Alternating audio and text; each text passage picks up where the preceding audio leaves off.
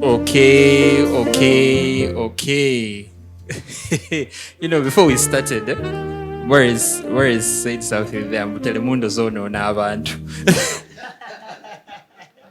But you be there, you watch Telemundo, you think that's how you're supposed to love, you think that's how relationships are supposed to be. You think a man from a farm is supposed. You think a man who rides a horse is supposed to come and find you at your father's. You be there thinking Santos Torrealba is supposed to come for you, like in La Tormenta.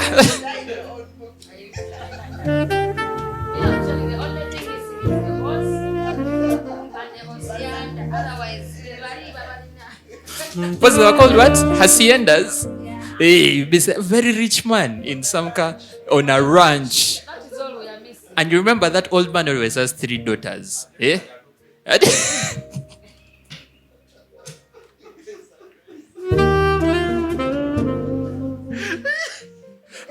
Marichui.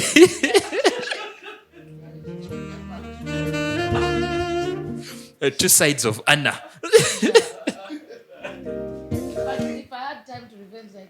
But you guys, second chance, eh? I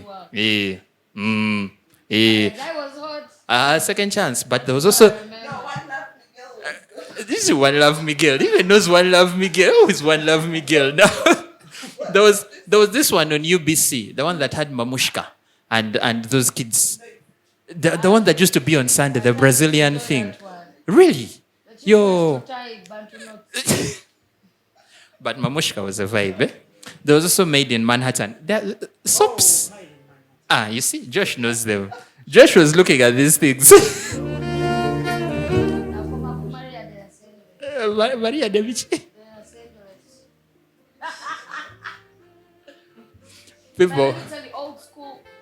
People watch soaps. He's speaking to the mic. You talk. We shall start from there. You guys, old school soaps have nothing on these ones. Which old school soaps now? You first tell us. We are talking about you see, these guys, they carried Mills and Bones and put it into film. That one, where the guy's hair shines from those ends. You people. They want to take imaginary people in our heads. So, you don't see a bald guy, man. Never. At all. No, they all had hair. All of them. Slicked back. This guy was in Paroma. Is it Paroma? The one with the watch. And it was the series on NTV.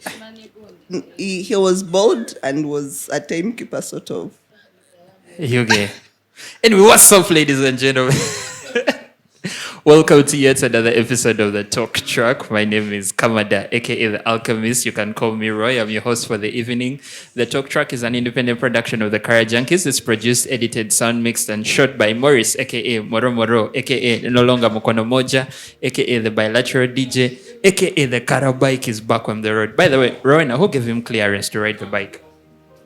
Who gave him clearance to ride the bike? He's not supposed to be riding the bike. Eh? We're going to confiscate it again. Put it in jail.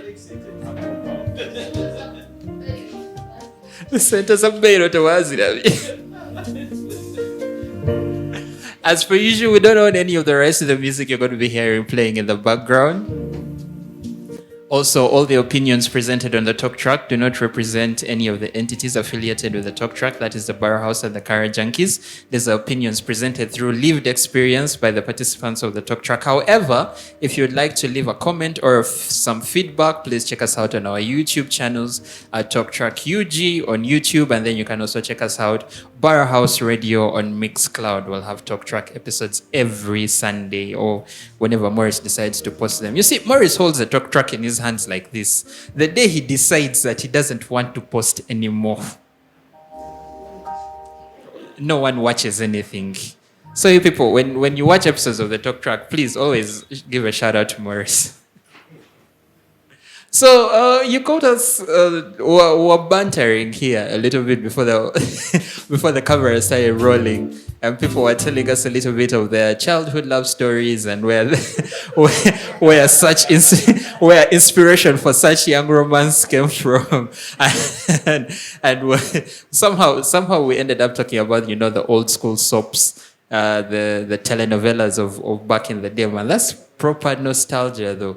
I think there is I think 4 or 5 things that defined a lot of people's childhoods. I think it's the music you listened to, the TV you watched, the food you ate, the environment in which you grew up, and the people that you grew up with.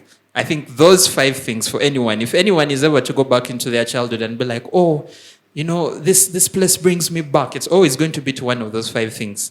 Like, I'm going to sit back and be, but man, you remember how we used to watch Second Chance, those things? Or I used the Second Chance. So yeah, but it's been a while since we talked about telenovela. Are they even still that good? Because now there's like a whole dedicated channel like DSTV and GoTV. I think there's like Telemundo and what other soaps on there are good.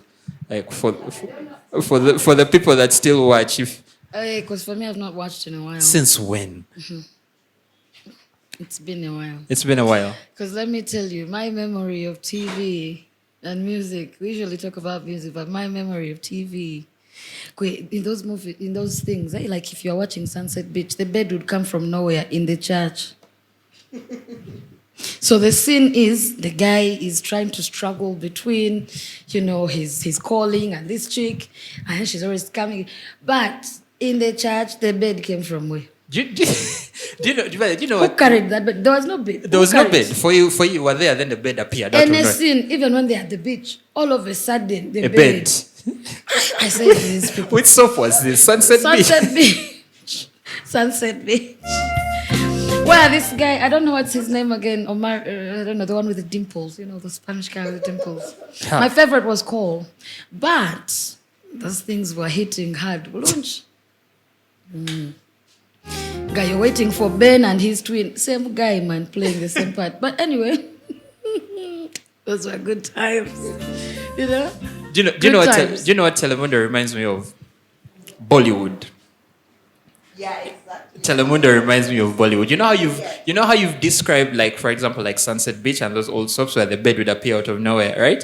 And then you see how in Bollywood, like, I don't know. Right, they're breaking into song. But here's the thing, and this is what I appreciate about Bollywood and the Indians. They are unapologetically themselves, right? It doesn't matter if they make sense. If you don't get the sense and the thing, that's up to you. Okay? For them, they're going to walk down this street, and then one guy is going to stand there at Barrow House, and then someone is going to be there at Busoga Health Forum. But the guy at Busoga Health Forum married this guy's daughter without asking him.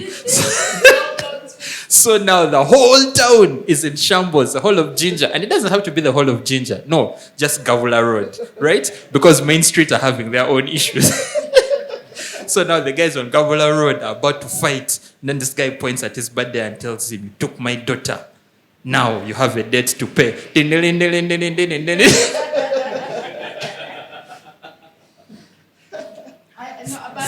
That's what makes them unique, no? 5 minutes of Kavuyo there.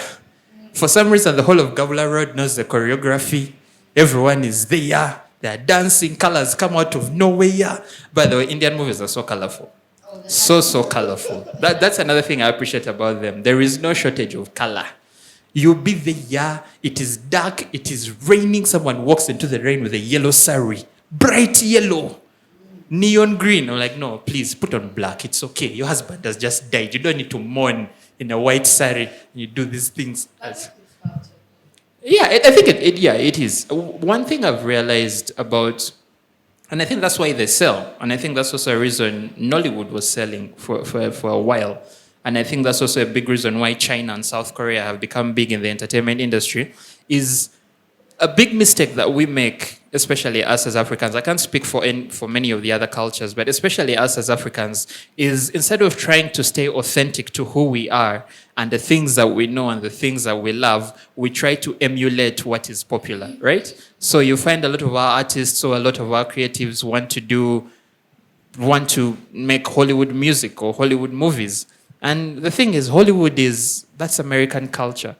Bollywood sells because however much we talk trash about them, it is still Indian culture. You're not going to get that anywhere else. Just like you're not going to get Chinese culture except from their entertainment. And you're not going to understand Japanese or South Korean music except for if you listen to Japanese and South Korean artists. So they get so globally relevant because they are being authentic, which is something a lot of African countries are failing to emulate when it comes to the arts, right? Nigerians are so big and are as big as they are, especially in music, because Nigerians are doing what they do best, right? They're not trying to be South African, they're not trying to be Kenyan, they're not trying to be Ugandan, they're just being Nigerian.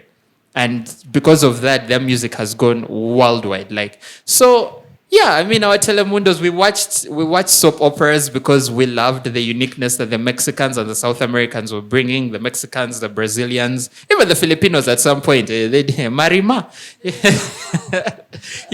We loved that. And I think we're drawn to Bollywood because of that. Yes, we can trash them for their breaking out into song, but we love that because it's authentic. And I think human beings innately, the way we are as a species, I think innately we are attracted to authenticity, whether we want to admit it or not. It's why people like to hang out with people who are not afraid to be themselves, want to be associated with people like that. Because at the end of the day, I think authenticity plays a big part in not only how we live our lives, but how we identify ourselves and how we present ourselves to, the people around us. Yeah. So yeah. Yeah, but Josh, thank you for that. You reminded us of a lot of things. We shall talk about childhood crushes someday. But Josh has a story. Is there a man in a yellow jumper there? One day he's going to have an episode for himself. All right, but for today, I was going through a host of topics. But one thing that has stuck in my mind from today, I did spend a vast majority of the day inside the house because it's a Sunday.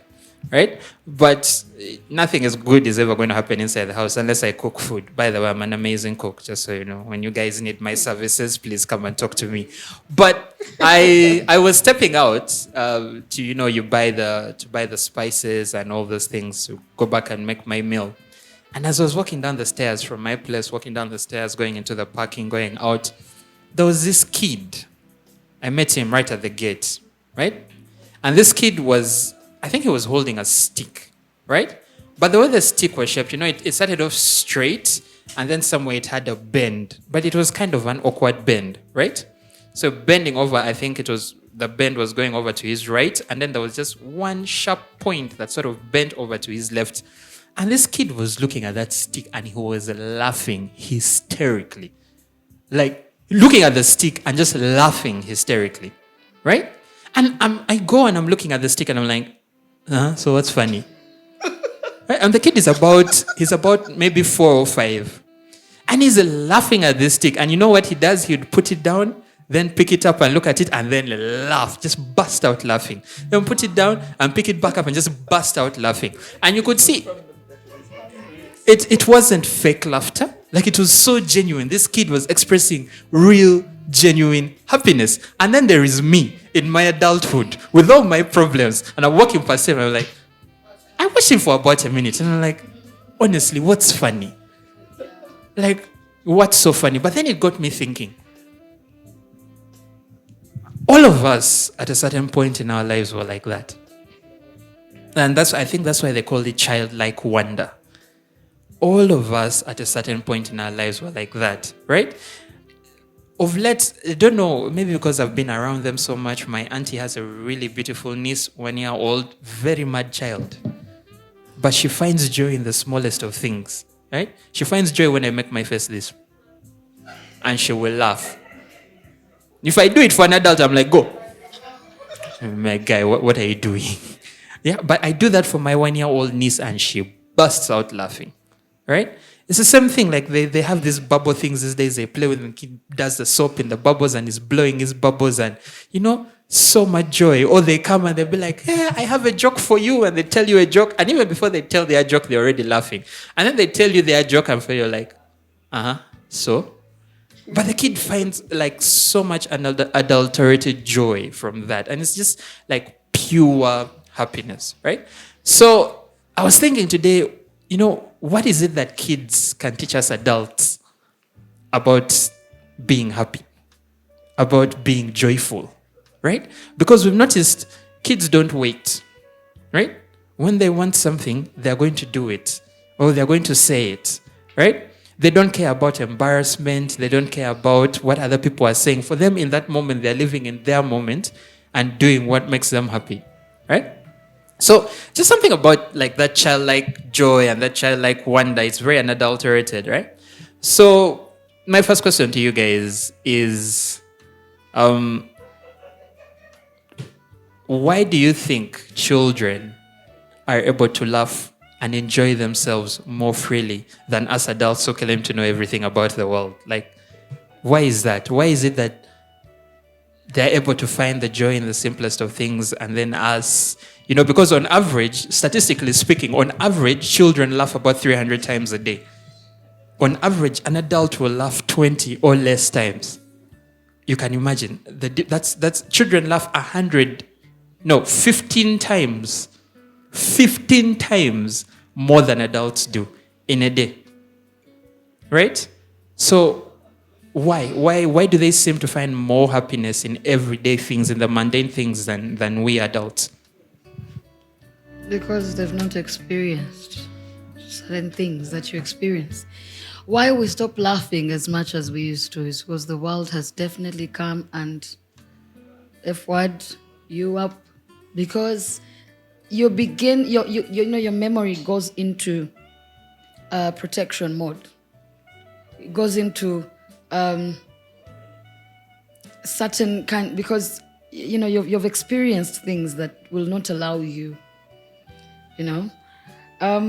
and I think with a child, let's be honest, the spark is there. They've not seen these problems we are talking about. You get? So if you do not know a problem, you will not, understand what it is. You will not relate to that. You will not, you see? That is why when a child is in trouble, they will know, because they've experienced the reaction for when they do something, therefore they are in trouble.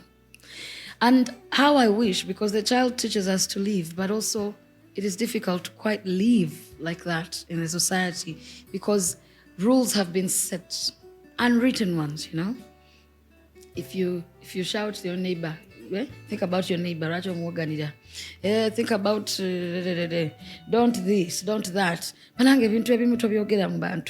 Do not talk to visitors like that. Because that's just what it is, and we've experienced it. So we then begin to teach these kids. We were kids, but we slowly begin to learn that, what I'm supposed to do when guests come is go greet and go back. When guests are having a conversation, I do not get into the conversation as a child, because adults are. Some of these things because of what life actually is. Now, to be honest, all of us will say, the child should leave. We should allow children to be children. But let your child go and start pulling the visitor's dress every 5 minutes. At least you'll give the car eye, yeah? Like our parents used to those things, you're like, You even chase yourself. And even the visitor will say, that child is not quite well behaved. This is just what life is. Now, these things that stop us, because as we get older, we realize and associate our experiences to these things. So then we know, our memory tells us, do not do that, do not live like that. So a child, however, does not know problems of this world. They are going to dance. We used to dance in the rain. But when you're sick again after that, then you realize that's the consequences. So you stop yourself. I know there are beautiful moments, but at some point, I think as you get older, life is lifing. Life is lifing. So when So you lose the spark. Yeah, you lose the spark. But does that happen all of a sudden, or is it a gradual process? Like at what point can you specifically say, okay, people start to lose their childlike joy or their childlike wonder at this point in life? Because we've seen situations where children are not children anymore, right? A child is 5 years old, but they're forced to grow up so fast, right? So one could say that child lost their childlike wonder at that point in their life, because they were forced to grow up so fast. And then you have 40-year-olds who are like, that guy never really grew up. And maybe because they haven't really experienced life in the way most people would say they have, or maybe because they've just decided to remain in tune with their childlike, sense or their childlike self. But at what point in our lives do we start to notice that loss of childlike wonder? I'm sorry, before I give the next person, let me respond to that. You will not even know it. You will not even know it. I don't know when I started losing the child. I don't know. I just grew up and I knew all these rules and to living life, and you can't even know it, because that's what I thought human beings, we're very complicated people. We're very complicated. We are complex. If only we were just as easy as you see us, okay? So the thing is, over time, you won't even notice it. We call it growing up. Mwana hakuze. A child has grown now. They're not stubborn like they used to be. They're no longer hiding them space in their own spaces. And yeah, when a child is speaking to an imaginary friend, we tell them, no.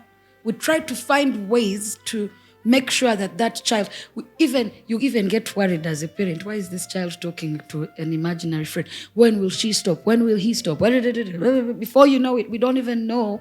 As a child, we don't know how we got out of this wonder. Yeah.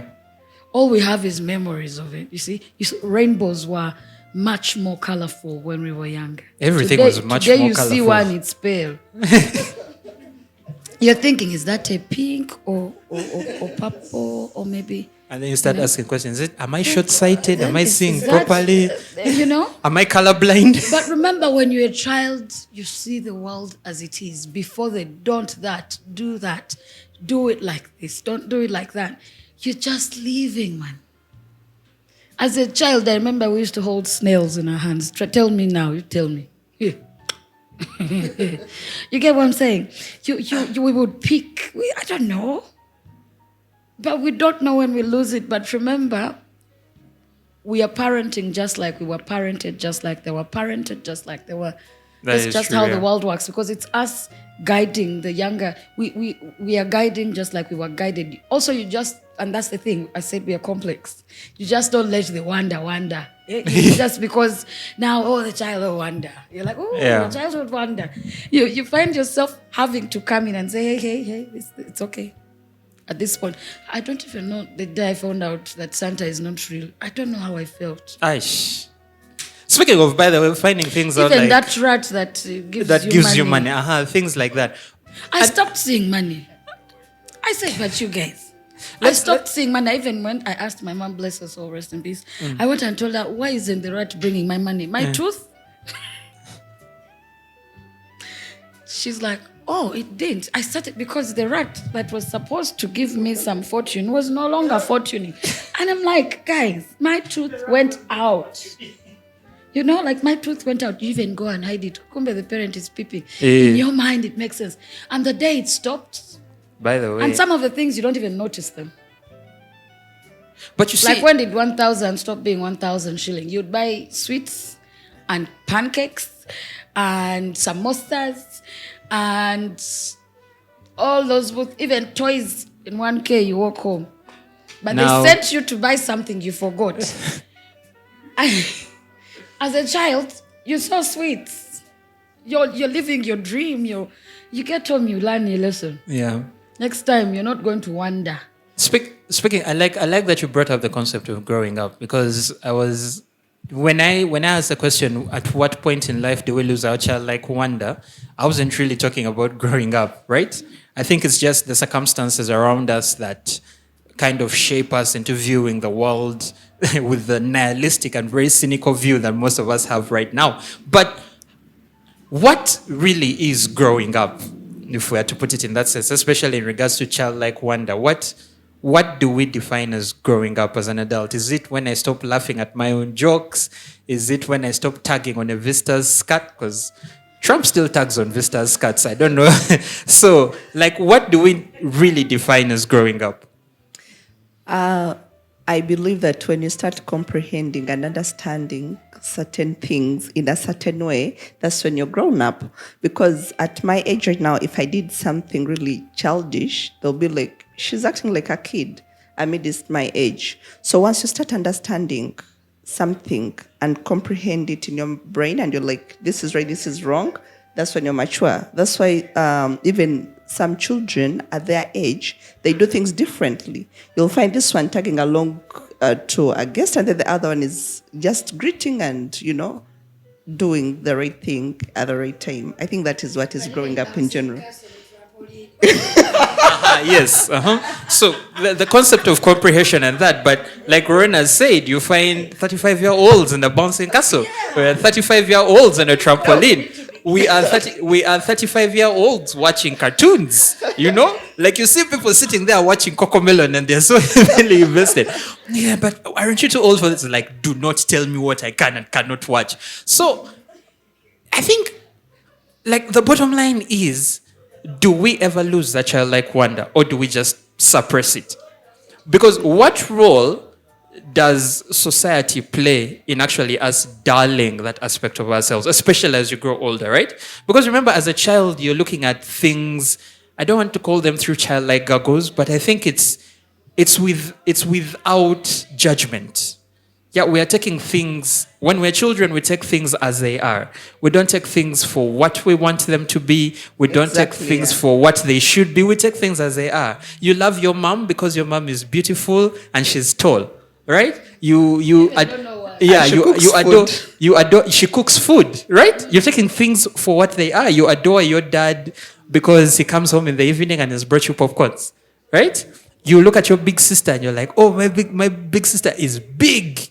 Like, what else? I don't know, but she's big, right? Yeah. So it's we're looking at things for what they are. And, the older we get, and I'm not saying this doesn't necessarily mean growing up, but the older we get, the more we are confronted. Because you do realize as a child, you have fewer rules assigned to you in the things that you can do. You can run around naked. No one will judge you, right? Can go and tag on a vista skirt, but the older we grow, society then starts to dictate what it is that we can and cannot do, right? So does that in any way, shape, or form lead to the loss of that childlike glee, that childlike joy that we have? And, how can we go about navigating this? Because I was listening to a podcast today. If you guys go to YouTube, there is a YouTube channel called The School of Life. And they approach everything. Their videos are not more than 10 minutes, right? But it's just snippets into the understanding of life. And today the one I was listening to was what your inner child needs from you right now, right? And their thought process was, all of us as adults move through life with an unhealed inner child, right? So we never necessarily lose that childlike wonder. We kind of suppress it. And because we suppress it, the child in us sort of like dies. The child is never fulfilled. The child is unhealed. That is why some of the things that we do as adults sort of manifest in a childlike manner. When your partner pisses you off and you go and sit in a corner and you keep quiet. Now, as an adult, you're expected to be like, excuse me, this didn't sit right with me, right? So let's talk about it. But no, you will become that 5-year-old again and you'll go and sit in a corner because you want your partner to look at you and go, boo-boo, what is wrong? And you're like, first of all, the way you talk to that guy in the bar, that wasn't nice, right? And I think it's because for most of us, there is that child in us that is not yet healed. So what role does society and the norms and the rules that we follow, what role does it play, and how big of a role is it in numbing the child in us? Well, at the end of the day, we have to coexist, And then I think that's why we have set rules and regulations that govern a community. And then there are set standards so that at least we have to accommodate each other. Now, if they are to let us live as we wish, imagine if someone came here naked because they feel like they should be, it would really, really look awkward. So I think due to that, that's why most people, they lose I can say that childhood wonder, because at the end of the day, you have to learn to accommodate each other. and you live in a better place. Me, that's what I think. But apart from that, if there are no set standards, then things would be different.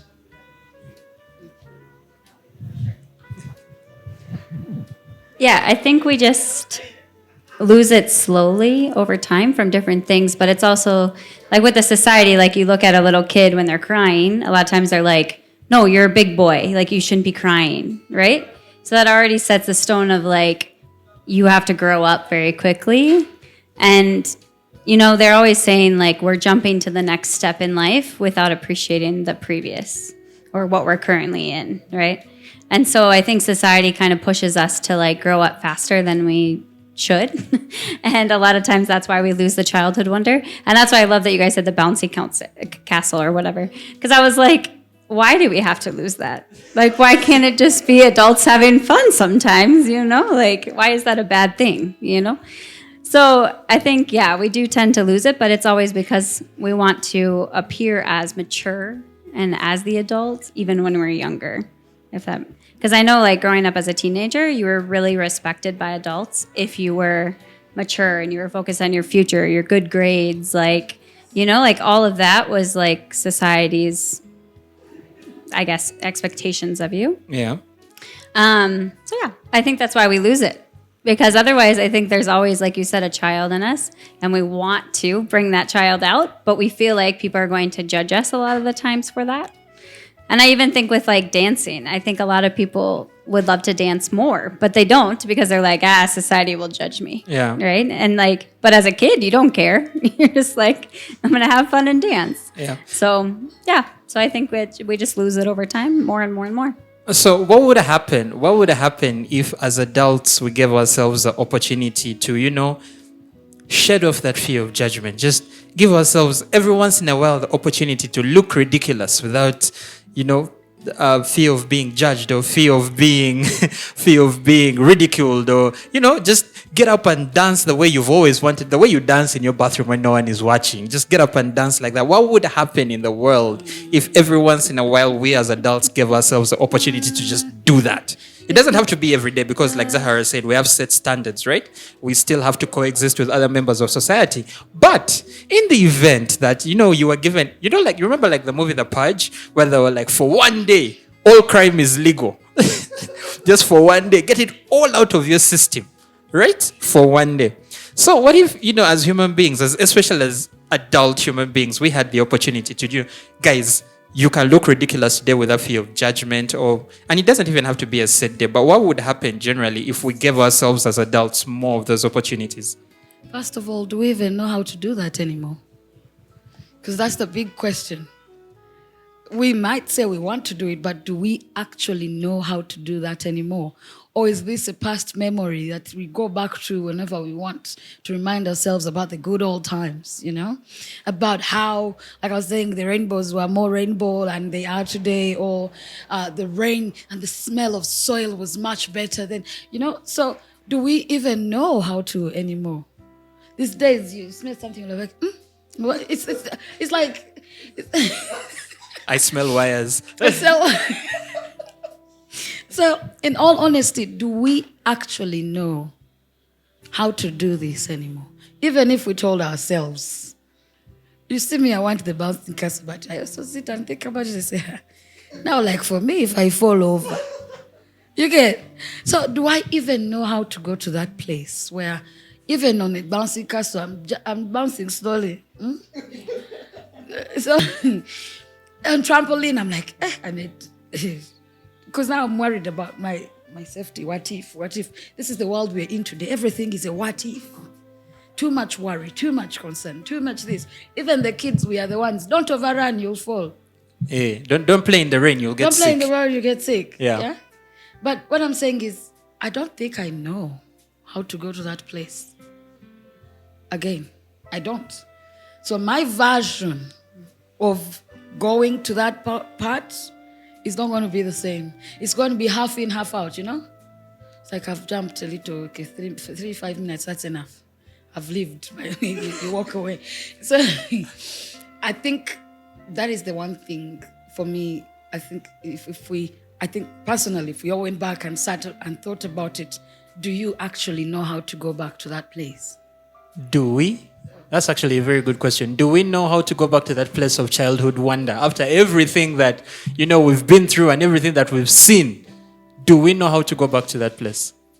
First of all, we must appreciate the fact that it's not something that we chose to do.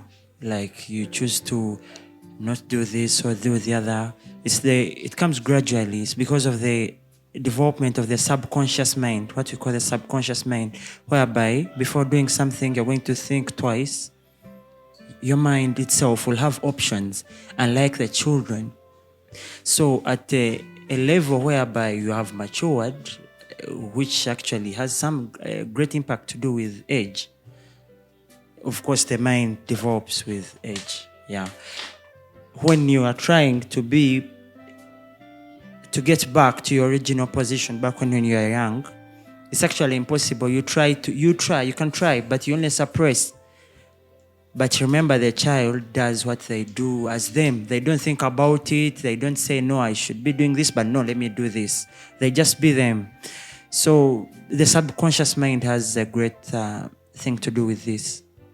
And once it has developed, the only remedy we have at our disposal is to just suppress. You just choose and you're like, no, let me do this instead of this. Yeah. Yeah. Zahara wants to say something. Yeah, usually we tend to find reasons to do things. But my rule is, if I need to do something, especially to do with fun, like even if they brought a bouncing castle, and it's something I feel like I should do, I wouldn't have to think twice. I would jump like there is no tomorrow, and then the results, I deal with them later. So the thing is, if we could just maybe tap into our childhood and do similar things, I think the world would be a better place, because it will be like therapy. Right now people are dealing with a lot. Even that's why the majority have resorted into having trips, doing these activities here and there, in that people go and even slide in mud, play in mud like kids, because it's not all about maybe healing, but it is also a way of bonding and realizing who they are and escaping from the reality of day to day. So at the end of the day, I think let's not try to find reasons to live and say that because of ABC. Unless you're maybe hurting or in a certain way you're colliding with somebody, just leave, do it. If they bring a castle, if they say jump, do whatever, you do it. I don't find reasons. Even it's like when I go to a party, I don't need to be like I should drink to be excited. You'll find me on top of the table and you'll be like, is she okay? I'll be perfectly okay, because it's what I've chosen to do. Yeah. So do we know, we're saying, I think from what I've heard from y'all is we actually do recognize the presence of that child within us, right? It's just, again, because of the things that we have seen, like Josh said, because we have no choice but to grow up most of the time, right? And our subconscious mind has put it in us that, okay, yeah, there's certain things that right now you're not allowed to do. And so you convince yourself that you're actually not allowed to do them, that even if you were given the opportunity. Because when I asked the question, I expected you guys to just go, of course, me, ha! If you allow me to look ridiculous, I would dance. But the fact that, the aspect of, do I even know how to do that anymore, came up, shows that there is also a realization and a recognition of the fact that we do understand that that part of us is still there. It's just, do we still have the resources and the mental bandwidth to tap into it? Do we? Right? Yeah, actually, it just made me remember, if you did something today, maybe in the name of having fun, then, tomorrow you have to appear in the same community. People will question you. They will honestly question you, like, okay, Right, what happened? What happened? But you see, and I guess that is it again. It always comes out for us as adults to that fear of reprimand, that fear of judgment. All of us have it, by the way. All of us have it. Let's not sit here and pretend like we don't. All of us have it. And I think that is why we act sometimes the way that we do. Is because even if I danced today, unabashedly in front of you, and you didn't judge me today, tomorrow when I came back in here, and it's a Monday, and all of us are in corporate wear, you don't look at me and go, you. Yeah? You'll be like, Roy, what? But yesterday, what happened? And then I'll have to go back in my mind and go, I thought we were not judging. So why is it coming up? So I like the fact that, we're examining whether or not we really can go back into that. But another big thing I've noticed about kids, and the thing that really leads them to have, so much unadulterated joy, is their ability to be family present in the moment. You get? When you find your 5-year-old son or your 5-year-old nephew, your 5-year-old cousin watching Bluey, they are watching Bluey.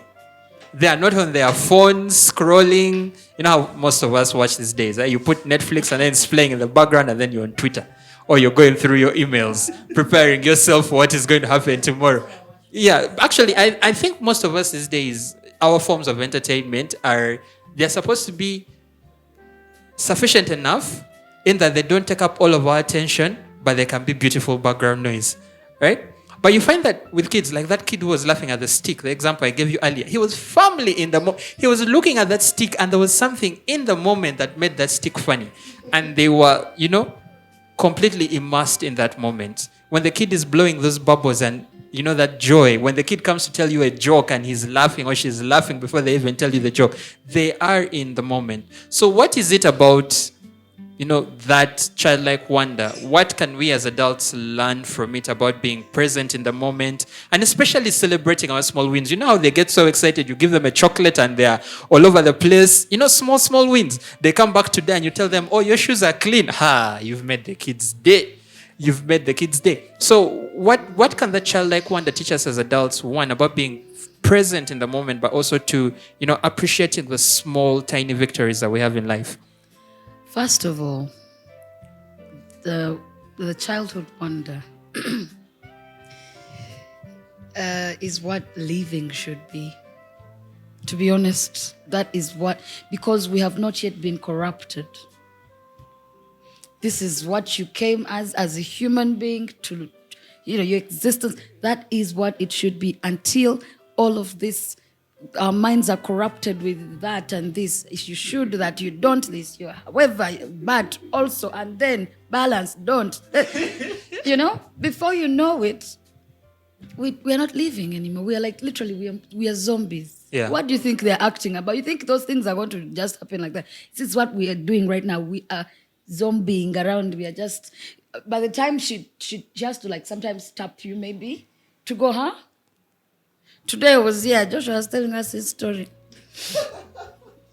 Yeah, but I'm also on the phone. And then I had one coward. I said, what? He said, which part? I said the part I wanted. But, we're in a point where we have now, they say nature will always make way. We have developed survival instincts over time. What we are doing now is us surviving. We didn't choose to lose the childhood wonder. We're working with what we have. That is why you see when people are planning their children's parties, when people, the things that take us back to creativity, imagination. Do you know how a child's mind works? 1 minute the child is saying they are Superman. The next minute they say, I want to be what? The next minute they are running. They say, yeah, I'm what? That, when we lose, I think, and that is why, that's the link to who we are as people. We are human beings, but we are spiritual beings. That is why you see children are loved. It's like they are next to some level of the universe that we can't approach or reach, because we have clogged our minds with so much. We have forgotten. You see how a child will see stars, how a child will look at the moon. Where did that woman go? The one that used to sit in the moon with the baby. She's still there. Because you look for her, she's not there. You get what I'm saying? But all of these imaginations, they will tell you, you see over there in the moon, you see, hey. Meanwhile, they are not seeing, but what you're seeing. Yeah. You see that woman there? She's holding a baby. You're like, yeah, I see it. Hey, even, hey, the baby's, hey. But because as a child, anything is possible. As you get older, you stop yourself. Kids, you give a child a task. If it was a possibility, they would achieve it without doubt or question. It is us who put doubts in the young minds. Right now, tell me, I say, neighbor, that one. First wait, let me first prepare because I have a reason. So when the mind is open and free, oh my. These are the people that we say, why they've experienced what level of this universe, That is why you see people who do things, of course, these are all Asian practices. Maybe we've lost them, maybe we've picked from other cultures and what.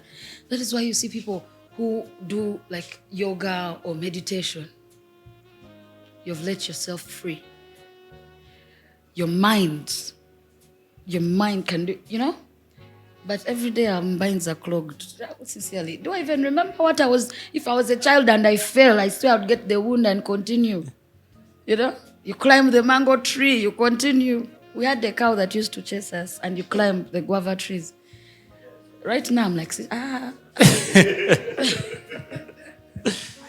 So yeah, what can we as adults learn from that? Like watching kids live. First of all, be unapologetically themselves, right?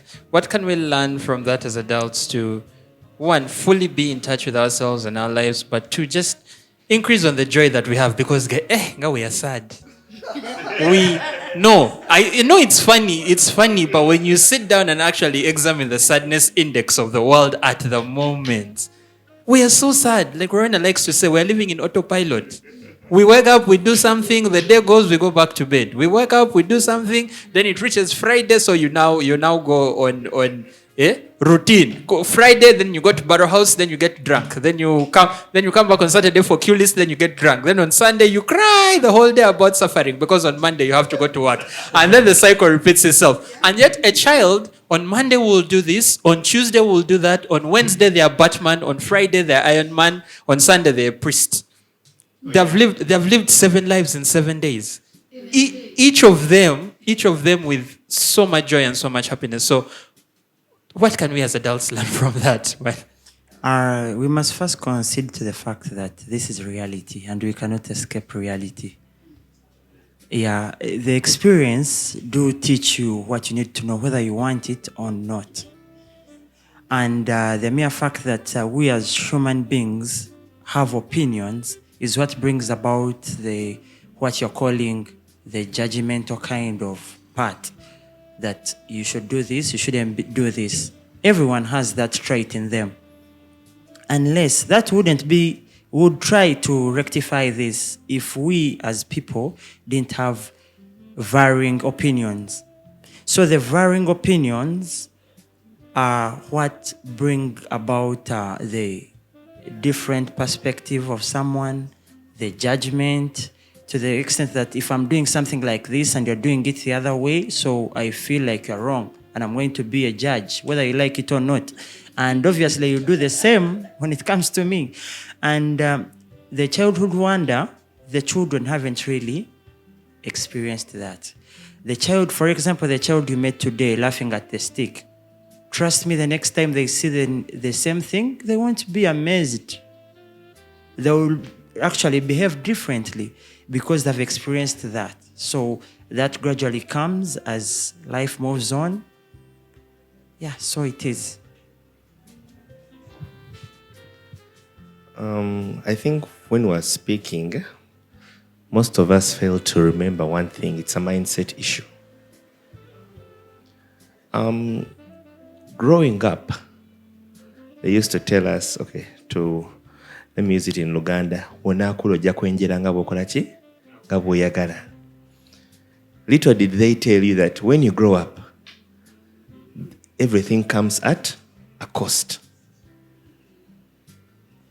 So what I mean is, when you grow up, you will go and visit as you wish. No one will touch you. Right now, for me to go and visit her every weekend, either there's an expectation as a man, to those who don't know, then or there's an expectation as a person, as an adult, that I cannot go to her place empty-handed, because that's how we're taught growing up. Now, when you go to the childhood wonder, when you say it's an upbringing issue, when you are young, you had a clean slate. There's nothing much, you see, as you said, experiences. We have so much we expect. See, that's why when they say the sadness index, it's usually an issue of what you expect vis-a-vis what you're seeing. So when you say the child, now a child, the difference between a child and us is they have fewer experiences of what they are seeing. If they are seeing Batman, I remember we used to watch those old Chinese movies and you see guys flying. You also assumed one time you can fly. So you also try to fly. Then you learn, you break a bone. Of course, even healing was faster. Right now, my colleague here, when she's playing with her, you can really see and she has gone back. That's why if you realize the people who don't age, who age quite slowly are primary school teachers and nursery school teachers. Because every single day they have to act out the childhood wonder, every single day. I'm not saying that, okay, that's why sometimes even our parents, sometimes they tell us, bring back my children. What they mean, not you. They mean their grandchildren, because they bring back that youthful thing. The thing about upbringing comes that our expectations usually cut us short of so much. For example, when you are stressed, just know there's just something going wrong. The day you hit a deal, I have seen Zahara here when she has squared a deal. At that point in time, everything looks positive. Now, when we've grown up, the issue usually comes in, even getting high sometimes. Actually, we usually get high so that we first forget so much of what's not going right. And that's why at that point in time, when you find a person when they've reached that threshold, at that point in time, that now the childhood wonder comes back for but a moment. Then after, as it's wearing off, it comes back to reality that, landlord amanja. Landlord yamanja, email erisagizemu, now this and this and this. So I think we have to get back to the point of, and also why I say an upbringing issue is, there are two sides of the coin. Okay, there's that bit whereby if I get someone who grew up in a well-off family, and I get someone who grew up in a surviving family, they have two different mindsets. One person approaches possibility with a different thing. Yeah. The other is saying, man. The other is saying, because of what was ingrained in you, you breastfed it, you've grown up seeing it. Your mother assures you either you study or you'll be broke. Unfortunately, we have studied and we are still as if where they told us, but by the grace of God, we are working it out. So of course, now when you find, let me come to Ugandan setting, Madivanese kids or grandkids, they don't have so much the stress as I, who is trying to make a car 1.5 for the month. If you remove Rujoki, you are an heir, you get only one. So you have to survive on that with everything. I have to have a party, I have to have a family, there's black tax, there's so much. So all of that usually brings so much. So I think we should put that in mind, that even as we are trying so much, the reality of the fact is, at one point in time, you just have to take life as is, you accept everything. Then you're like, yo, chigwerawa. That's lovely. Yeah, Zahara, you're closing us out. Okay. I think we should learn to live within our means, because these expectations come when we are trying to strive for something maybe out of reach most of the time. So if you try to narrow the gap, fine, all of us, we should make sure that maybe we aim higher, but to what extent? Then that will bring us back to normal. Because if for example, I've not ever made maybe $1 million in a month, why would I look for 10 million this month? So let's learn to live within, not in a bubble. Otherwise, we shall still be sad, and no one will come to rescue us. By the way, when she said live between your means, I think you meant, because most times when we say live within our means, most people immediately jump to financially. But I think it should be financially, physically, emotionally, spiritually, all those things. Because man, if you're not a Fanero guy and you try to be a Fanero guy, and if you're Our Lady of Fatima, obviously when you go to Fanero, you're going to be, So yeah, staying within our means in every aspect of life, I think, yeah. Will you let me add something? Yes, please. You said she was last, but no, I think when I think back to like childhood wonder, whatever, it all goes back to joy. And like, that's kind of how I associate like childhood wonder is joy. And so I think what we really need to do is look to see what brings us joy and try to fit that into our life. Like an example, when I went on vacation, like, yes, I can go and see the things. Those are nice. But what I did is I went to the water park because I was like, I know that this was something I did when I was a kid and it brought so much joy. Now, was it easy to hike the stairs for that? No, not as easy as a kid, but it was so much fun that I was like, this is worth, even if I'm older. So it's like finding those little things and putting them into your schedule, whether that could be even just laughing with a friend if you don't have the money to, go on vacation or do whatever. But, it's like finding those little joys, which then will bring back that childhood wonder, I think. Yeah. That is it. Have you had? Find things that bring you joy. Hey. climb